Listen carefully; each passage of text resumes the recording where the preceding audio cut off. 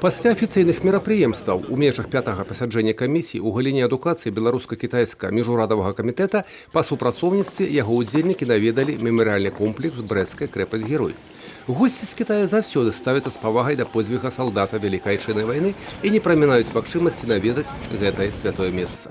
Былі ўскладзены кветкі да вечнага агню. Тут жа, у мемарыяле ў размове з журналістамі, удзельнікі пасяджэння падвялі вынікі двухбаковай сустрэчы. Мы подписали очень важное соглашение для дальнейшего развития двух систем образования. Это соглашение, межправительственное соглашение о взаимном признании документов об образовании и ученых степенях. Это откроет новые перспективы для академических обменов не только студентами, но и преподавателями. Для нас важно, чтобы развивался обмен преподавателями, особенно тех, кто нам может помочь в организации обучения китайскому языку. Мы принимаем помощь наших коллег Китайской Народной Республики об открытии подготовки синхронных переводчиков по китайскому языку, что тоже немаловажно.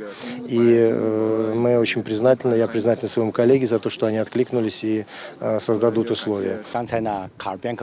Спадар міністр адукацыі Беларусі Ігор Карпенко ўжо грунтоўна пазнаёміў вас з вынікамі сумеснага 5-га пасяджэння камісіі ў галіне адукацыі паміж Беларусю і Кітаем. Я ў гэты раз спецыяльна прыехаў для таго, каб прысутнічаць на гэтай вельмі важнай сустрэчы. І нашы двухбаковыя адносіны на сёння знаходзяцца на самым высокім узроўні за ўсю гісторыю такіх кантактаў.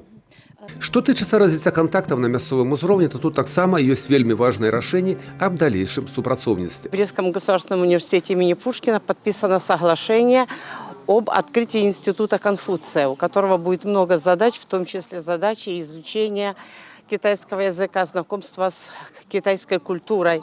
И в Барановичском университете будет открыта подготовка специалистов по китайскому языку.